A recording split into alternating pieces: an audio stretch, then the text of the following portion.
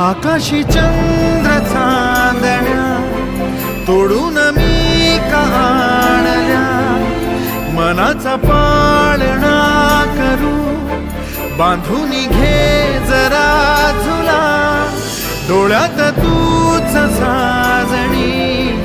सुखाचा स्पर्श तू नावा, तुझ्या विना उरेन अर्थ जीवना,